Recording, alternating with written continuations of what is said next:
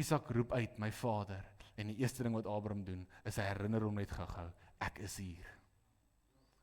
En ek weet nie vir wie dit is vanoggend nie, maar die Heilige Gees wil jou net herinner, dat die Here is daar saam met jou. Hy is daar saam met jou, hy is met jou. Hy het jou nie verlaat nie, hy het jou nie gelos nie, hy is daar. Die vraag is jy nog so skieurig vir sy teenwoordigheid? Soek jy nog om te vind? Roep jy hom aan terwyl hy nog naby is? Of begin ons in twyfel spreek? Begin ons in twyfel opereer en beweeg? Of is die element van geloof nog daar? Om die Here te soek, om te glo dat hy daar is. Die Bybel sê, hy wat na die Here toe gaan, moet glo dat hy is, en 'n beloner is van die wat hom soek. Ons moet glo dat hy is. Dat hy is 'n goeie pa, en hy is saam met ons, en hy sal aan ons openbaar.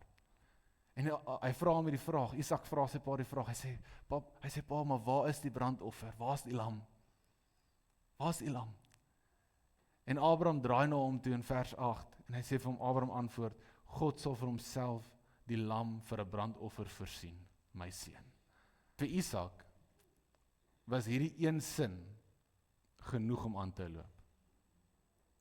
Vir Isak was dit genoeg, hoekom? Want hy het die details nodig gehad nie, want hy het sy pa se hart geken. Hy het die details nodig gehad nie, want hy het geweet wie sy pa is.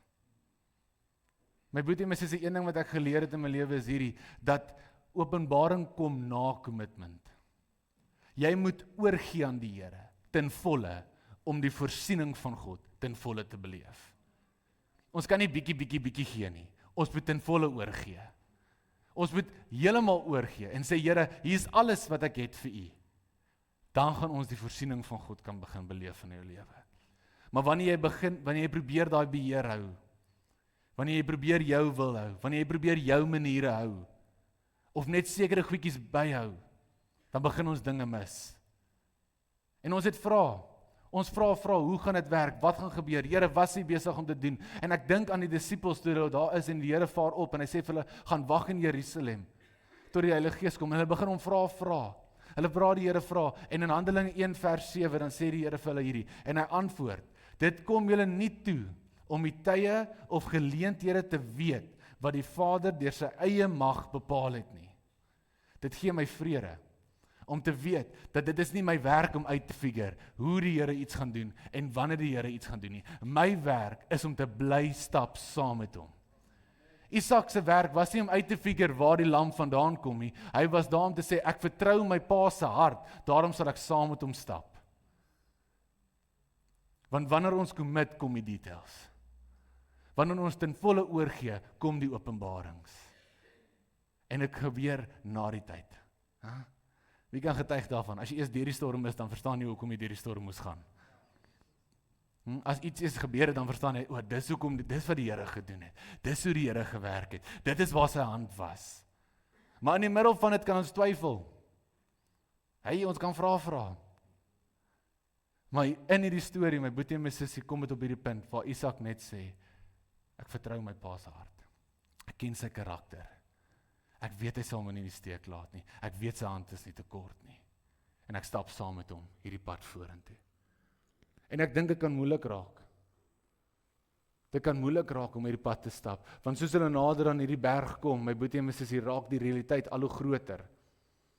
Dit was nie die eerste keer wat so iets moes gebeur nie. Isak het geweet hoe werk 'n brandoffer. Abraham het geweet wat kom. Dit kon nie maklik wees om hierdie berg op te loop nie.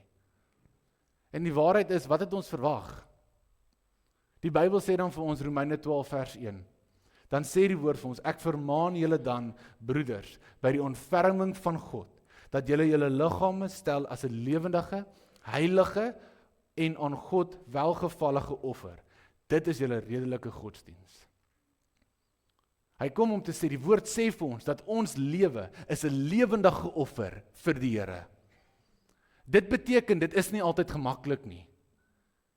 Ons moet baie keer sekere dinge oorgee en opgee om saam met die Here te stap. Sekere drome moet ons by die Here se voete gaan neerlê. Sekere maniere moet ons by die Here se voete gaan neerlê. Sekere manier van dink moet ons by sy voete gaan neerlê, my boetie en my sussie. Want die waarheid is, as ons sê, Here, ons glo in U, en ons gee oor, gee jy alles oor. Jy gee alles oor. Jy kan nie net oorgee en bietjie wil hou nie. Dis waar daai verwarring inkom. Dis waar die kompromie inkom, dis waar dit gebeur. En ons almal maak foute, die waarheid. Die genade is groot, ons kan terugkom. Maar my boetie en my sussie, ek wil jou vanoggend aanmoedig, gee oor aan die Here wat jy vashou. Om te sê, Here, ek vertrou U ten volle. Ek stap saam. Ek ken nie die details nie, maar ek stap saam. En dit is moeilik. Dit gaan moeilik raak partykeer. Dit is nie altyd gemaklik nie, my boetie en my sussie. Dit is nie altyd moeilik. Dit is nie altyd, jy weet, sunshine and rainbows nie. Partykeer verdwaal ons. Partykeer stamp ons koppe. Partykeer maak ons foute. Partykeer gaan ons deur daai dal van doodskare weer. Maar die Here is nog steeds 'n goeie pa in die middel van dit. En in die oomblik wat Isak hierdie pad stap, kan dit nie maklik raak nie, maar ek dink aan die skrifgie in 1 Petrus 5 vers 10. En ek wil dit vir in Engels lees. Hy sê, and the God of all grace, dit is so mooi, and the God of all grace, who called you to His eternal glory in Christ, after you have suffered a little while, will himself restore you and make you strong, firm, and steadfast. After you have suffered a little while, dan sal die Here kom restoreer, en jou kom establish, en jou kom optel. En my boetie en my sussie, ons soek dit. Ons soek die establish, ons soek die optel, ons soek die restoreer, ons soek dit, maar ons sukkel met die suffering gedeelte. Want die waarheid is, jy kan nie dit kry as jy nie ten volle oorgee nie. Jy moet ten volle kan oorgee, om te sê, Here, ek vertrou U hart. Ek het nie die details nie. Ek sien nie wat aangaan nie. Ek weet nie. Maar ek vertrou U hart. Ek vertrou die karakter van God, wat vir my sê, alles werk ten goeie uit vir hom wat lief is vir God. Wat vir my sê, hy is vir my, wie kan teen my wees? Wat vir my sê, hy wat in my is groter as hy in hierdie wêreld. So ek vertrou die karaktereienskap van God. Al sien ek nie al verstaan ek nie wat besig is om te gebeur nie. En weet julle wat is hierdie amazing ding, terwyl ek bid oor hierdie woord hierdie week, kyk ek na hierdie prentjie en ek sien hoe hierdie twee oploop, hoe hierdie pa en seun oploop teen hierdie berg. En hulle weet nie eers, dat terwyl hulle oploop teen hierdie berg, is die ram gestuur deur die Here aan die ander kant van die berg nie. En ek weet nie vir wie dit moet wees vanoggend nie, maar ek wil hê jy moet weet, jou ram is op pad. Die voorsiening is op pad. Dis op pad, my boetie en my sussie, maar dit gebeur deur om te vertrou in die middel van dit. Om te hou aan loop, al weet jy nie. Want die ram is op pad aan die ander kant van die berg. Hulle weet dit nie eens nie. En dit leer my een ding, partykeer moet jy eers 'n bietjie met die Here stap, voordat die openbaring kom. Partykeer moet jy net 'n bietjie vashou, voordat die openbaring van daai situasie deurkom. Maar my boetie, mis is die een ding weet ek wat Isak my leer, is dat jy kan die Here se hart vertrou, want jy kan jou pa se hart vertrou vandag.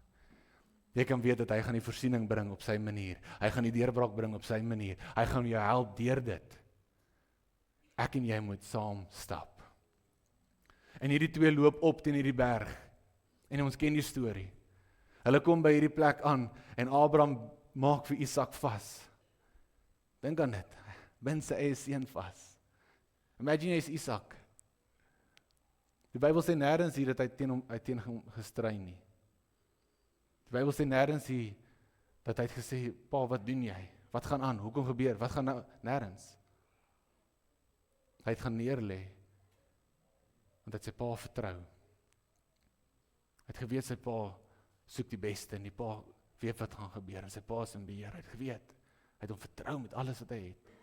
En die Bybel sê, soos hy die mes uittrek, en hy is reg om hom te slag, kom die engel, en hy sê vir hom, Abraham, en Abraham sê, hier's ek.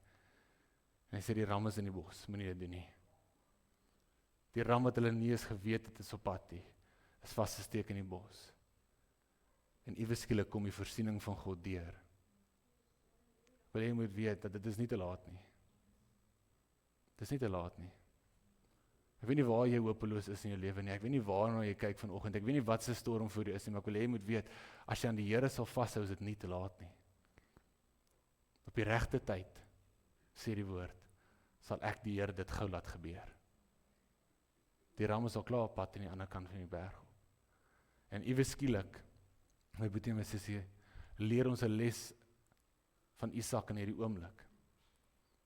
Dat is in daai plekke wat jy ten volle oorgee aan die Here, waar die Here 'n fondasiewerk in jou begin, om sy voorsiening in jou lewe in te bring.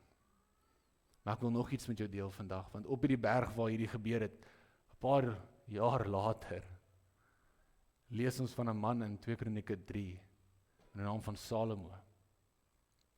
En Salomo bou 'n tempel vir die Here. Ken julle die storie? Ja, Salomo gaan bou 'n tempel, wat so mooi is, en so vol al die, jy weet, mooi stene is, en goud is, en allerlei dinge, né? Beskriklike mooi huis, wat hy wil bou vir die Here.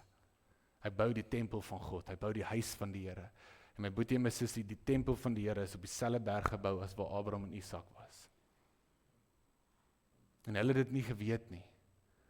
Maar in hierdie punt van hulle lewe, waar daar gehoorsaamheid is, en oorgee is, en vertroue is, raak, hoeveel jare later, 'n plek van aanbidding.